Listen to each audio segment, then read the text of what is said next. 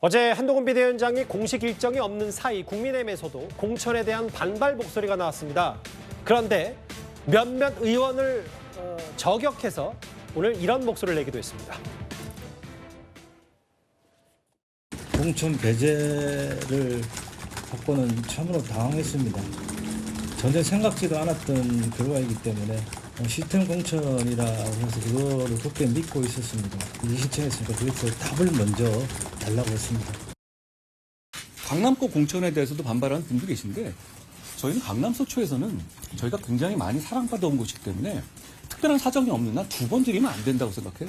시스템 자체에 대해서 의문을 제기하고 부정하는 부인을 재배치할 필요는 없겠죠.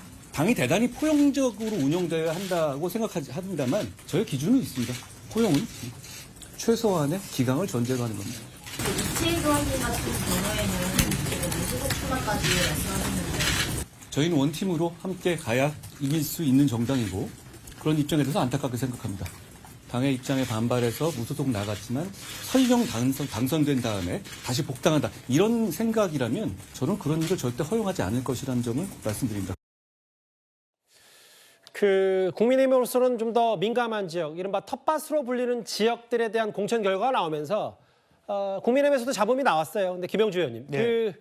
이채 의원 같은 경우는 무소속 출마 혹은 탈당을 시사하는 듯한 얘기를 하는데 한동훈 위원장이 포용은 최소한의 기강이 전제돼야 된다는 말을 했어요. 어떻게 좀 들으셨어요? 뭐 과거에는 그런 적들이 많이 있었습니다. 뭐 민주당의 호남에서의 무소속으로 했다가 복당했다든지 또 예찬 전 대표께서도 컷오프 당했을 때 세종에서 무소속으로 나와서 살아서 돌아오고 이런 경우들이 많이 있고 한나라당 시절에도 그런 경우 있었습니다만 실제로 한동훈 비대위원장은 나가는 사람 나가라.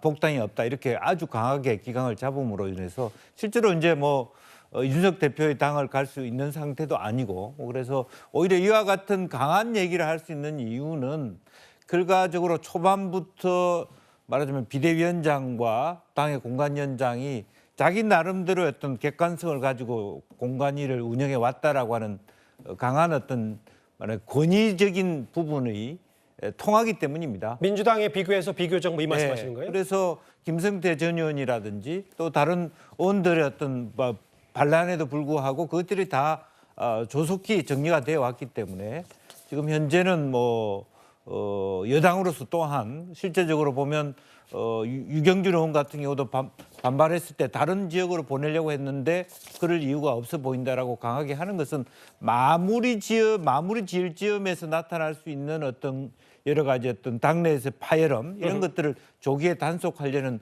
의지다 그렇게 보여지고요.